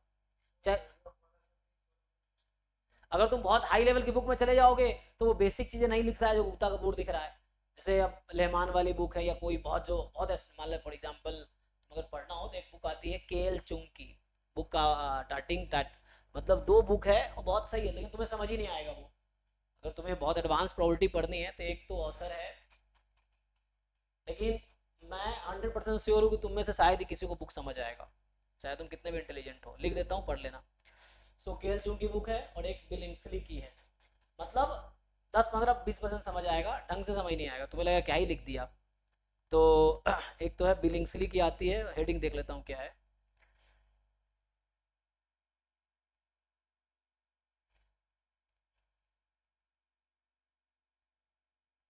क्योंकि तो वो तुम्हें अच्छे से समझ, मैं कैसे क्यों बोलता हूँ क्यों नहीं, क्योंकि तुम लोग जैसे एमएससी कर रहे हो या कर, अभी तुम्हें चीज़ों को 10-20 बार जब पढ़ोगे तब जाके चीज़ें क्लियर होंगी। जैसे गुप्ता कपूर ने बुक लिखा है, वो ड्यू में ही प्रोफेसर थे ना दोनों, तो इन लोगों ने पूरे अपने ज़िंदगी के 40 साल पढ़ाए हैं तब जाके किताब लिखा है। तो जब हम पढ़ा रहे होते तब चीज़ें आगे क्लियर हो रही होती। मैं एक दो अपना एक्सपीरियंस बताता हूँ। हमारे सर हैं जैसे, जिनके अंडर में पीएचडी किया हूँ, वो अभी 13 साल से आई 2013 में ज्वाइन किया, 10 साल से आई खड़गपुर में प्रोफेसर हैं।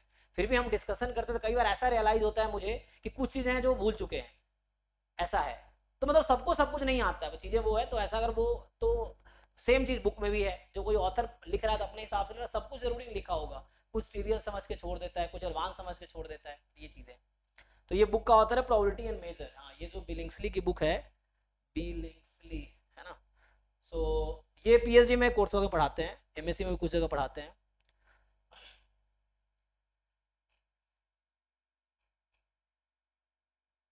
NGSLEY, है ना। ये है, इसके बुक का हेडिंग है प्रोबेबिलिटी एंड मेजर। पीडीएफ मिल जाएगा, गूगल में मिल जाएगा, प्रोबेबिलिटी एंड मेजर, ठीक है ना। सो ये है, इसका पीडीएफ भी मिल जाएगा तुम्हें। दूसरा है, पूरा नाम है इसका पैट्रिक बिलिंग्सली, पी बिलिंग्सली, और ये केएल चुंग के बुक का नाम है, हालांकि मैंने आईटी बॉम्बे में एक एडवांस प्रोबेबिलिटी का कोर्स किया था, तो वहां मैंने ये बुक पढ़े थे, ये वाले।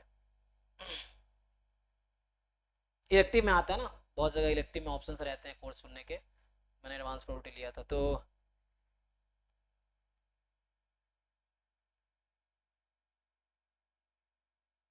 इसके बुक का हेडिंग है, जो बिलिंग्सली का बुक है, इसका हेडिंग है a course in probability theory, a course in probability theory, है ना। तो ये सब बुक जो एडवांस प्रोबेबिलिटी की बुक है, ये है।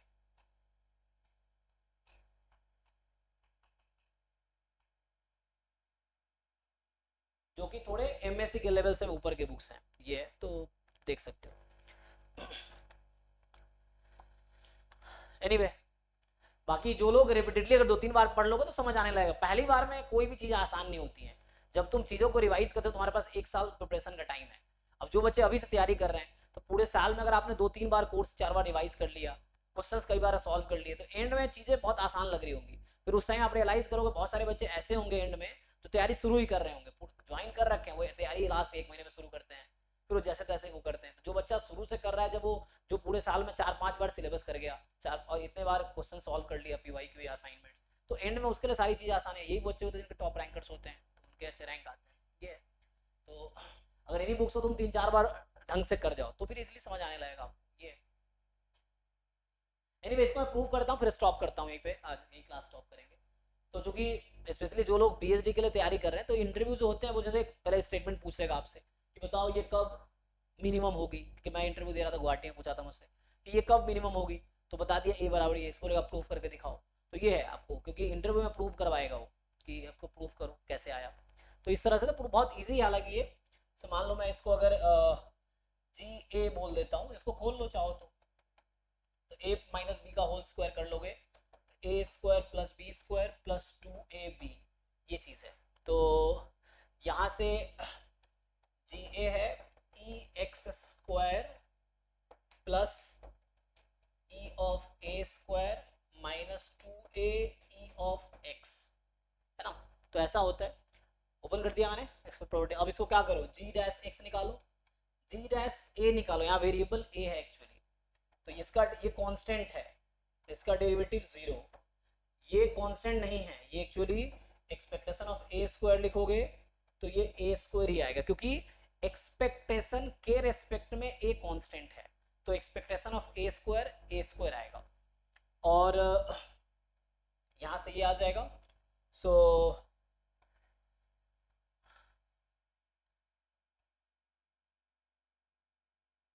जीरो, फिर ए स्क्वायर का डेरिवेटिव 2a। अब यहाँ ई एक्स आपका कांस्टेंट है विथ रिस्पेक्ट टू फंक्शन जी, मतलब जी में ई एक्स तो नंबर है ना, तो ए वेरिएबल है, तो यहाँ आ जाएगा 2 टाइम ई एक्स। तो मैंने इसको डिफरेंशिएट किया है ए के रेस्पेक्ट में, तो इसका डेरिवेटिव 0 हो गया, ये हो गया। अब आप क्या करते हो, जब आप कोई फंक्शन को मैक्सिमाइज या मिनिमाइज, ये बिल्कुल कैलकुलस यूज कर रहा हूँ मैं, किसी फंक्शन को मैक्सिमाइज मिनिमाइज करना है, डेरिवेटिव को 0 पुट करेंगे, डबल डेरिवेटिव नेगेटिव आ गई तो मैक्सिमा है, डबल डेरिवेटिव पॉजिटिव आ गई तो मिनिमा है, सेकंड डेरिवेटिव टेस्ट। तो सिंपली आप क्या करोगे, यहाँ से अगर आप जी डबल डैश ए निकाल रहे हो तो यहाँ से आ जाएगा आपका 2, ठीक। सो ये पॉजिटिव है, तो पॉजिटिव है मतलब जो भी क्रिटिकल पॉइंट आएगी वो पॉइंट ऑफ मिनिमा देगी, तो क्रिटिकल पॉइंट आती क्या है, तो इसको 0 पुट कर देते हैं, तो हमने जी डैश ए को 0 रख दिया, तो यहाँ से आप देखेंगे ए की वैल्यू कितनी आ गई, ई एक्स आ गई, ये है। सो ए बराबर ई एक्स आ गई, तो इसका मतलब है कि a is equal to e x is point of minima, ये चीज है, ठीक है। देखो तो ये इसका प्रूफ है, बहुत आसान है। तो मतलब बेसिक चीज तो मैं करा दूं, एडवांस प्रूफ तो अगर मान लो 2 3 4 पेज का प्रूफ है तो वैसे मैं इग्नोर करता हूँ, क्योंकि यहाँ प्रूफ हम करते हैं किसके बारे में, हाँ मैक्सिमम तो इन्फिनिटी तक कुछ भी हो सकती है, क्योंकि ए अगर मैं बहुत लार्ज ले लूंगा तो मिनिमम होगी, ये डिफरेंस है ना, मिनिमम होगी इसके लिए, मैक्सिमम का कुछ नहीं बोल सकते, पॉइंट ऑफ मैक्सिमम एग्जिस्ट नहीं करेगा, क्योंकि x अगर टेंड्स टू इन्फिनिटी है तो इन्फिनिटी चली जाएगी, माइनस इन्फिनिटी है तब भी इन्फिनिटी चली जाएगी, तो मिनिमम होगी इस पॉइंट पे। ये कुछ क्वाड्रेटिक है, ये समझ लो, ये इस तरह का क्वाड्रेटिक फंक्शन है यहाँ a पे, ऐसा समझो, लाइक दिस, यहाँ देख के भी समझ आ रहा होगा, ये ए स्क्वायर में क्वाड्रेटिक फंक्शन है एक, तो मिनिमम कब होगा, तो ये नंबर क्या है, a बराबर ई एक्स है, तो ये क्वाड्रेटिक फंक्शन है a में, और ये a एक्सिस की बात कर रहा हूँ, तो a की वैल्यू ई एक्स है, तो इसलिए मिनिमा इस पे है। अगर तुम x बहुत स्मॉल लो माइनस, तो ये हो गया, जैसे एक्स स्क्वायर में पॉइंट ऑफ मैक्सिमा नहीं होता है, तो वैसे यहाँ भी पॉइंट ऑफ मैक्सिमा नहीं है, ठीक है। हाँ हाँ हाँ बिल्कुल इस तरह से, ठीक है जी। तो अभी यही स्टॉप करते हैं, चलिए आज के लिए थैंक यू, कल मैं आगे कंटिन्यू करूंगा, तो आगे जो सिलेबस है हम लोग यहाँ से कंटिन्यू, थोड़ा सा मैं स्पीड बढ़ाऊंगा, अभी मैं कुछ दिनों स्लो चल रहा हूँ क्योंकि एग्जाम चल रहा है लोगों का, तो अभी हम लोग नेक्स्ट क्लास में, आज मैं मोमेंट डिफाइन किया जस्ट, सो ये वाला पार्ट हम डिस्कस करेंगे, हाँ क्वांटाइल डिफाइन करना है, moment generative function, moment generative function, quantile distribution of function of random variable, तो यही ट्रांसफॉर्मेशन ऑफ रैंडम वेरिएबल है, जो distribution of function of random variable है, ट्रांसफॉर्मेशन है, क्योंकि फंक्शन दे दिया आपको, उसका ट्रांसफॉर्मेशन निकालो यहाँ पीडीएफ पीएमएफ।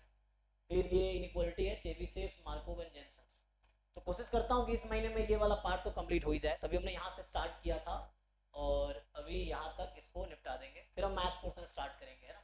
सो अगले 2 3 क्लास में मुझे लग रहा है इसकी थ्योरी कंप्लीट कर लेंगे 3 क्लास में, फिर मैं ये वाला पार्ट पढ़ाऊंगा पूरा, पहले इसको कंप्लीट करेंगे फिर वापस आएंगे प्रॉपर्टी पे, ठीक है। या अगर तुम लोग चाहोगे तो मैं, तो जैसे बच्चे कहेंगे आप चाहोगे तो पहले ये पढ़ा, तो पहले मैं ये भी पढ़ा सकता हूँ, मुझे पढ़ाना तो 100% कोर्स है, क्योंकि मैं पूरा 100% कोर्स पढ़ाऊंगा, तो जैसे भी ऑर्डर तुम्हें देखना है कोई दिक्कत नहीं। नहीं हाँ ये वाला पोर्शन पहले कंप्लीट करेंगे, मैट्रिक्स नहीं तो बाद में आएगा, ये बाद में आएगा, पहले ये पार्ट देखेंगे, उसके बाद फिर स्टैटिस्टिक्स पे आ जाएंगे, फिर उसके बाद ये वाला पूरा पोर्शन कंप्लीट करूंगा, ये वाला पूरा, फिर एक ये आ जाएगा मैट्रिक्स वाले पार्ट, तो ये मैथ पोर्शन खत्म ही हो जाएगा, उसके बाद फिर बचेगा स्टैट्स, है ना, तो उसके बाद फिर ये सब पार्ट रहेगा, उसके बाद फिर ये स्टोकेस्टिक प्रोसेस, फिर इधर है estimation, testing, non parametric, multivariate, regression, है ना। तो ये थोड़े से स्पीड बढ़ाना पड़ेगा बाद में, अभी ठीक है, अभी इनिशियल है तो ठीक है जी। तो अभी डाउट क्लास करेंगे 12 बजे तक, तो ये क्लास ही स्टॉप कर रहा हूँ गेट वाली, डाउट वाले लोग रुक सकते हैं, बाकी लोग जा सकते हैं।